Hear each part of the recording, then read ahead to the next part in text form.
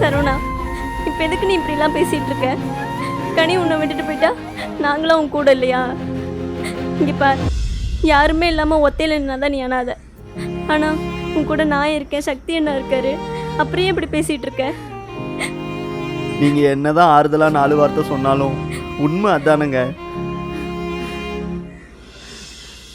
எப்படியும் இன்னும் கொஞ்ச நாள்ல நீங்க கல்யாணம் ஆகி போயிடுவீங்க.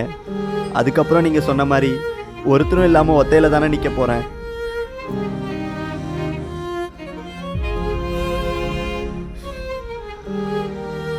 சந்தியா, பேசாம நீங்க கிளம்புங்க. என்னதான் உங்க சித்தப்பா உங்க மேல கோவமா இருந்தாலும் கண்டிப்பா அவர் உங்களை திரும்ப ஏத்துப்பாரு. போய் நீங்களாவது உங்களுக்கு பிடிச்ச வாழ்க்கையை வாழுங்க. சரவணா, உனக்கு என்னாச்சு? என் சித்தப்பா பேசிட்டு போனதை பார்த்தல. இனிமேல் நான் என்ன பண்ணாலும் அவர் என்னை ஏற்றுக்க மாட்டார். அதுவும் இல்லாமல் நானும் அங்கே போக மாட்டேன். சந்தியா, அவருக்கு என் மேலே தான் கோவம், உங்கள் மேலே எந்த கோவமும் இல்லை.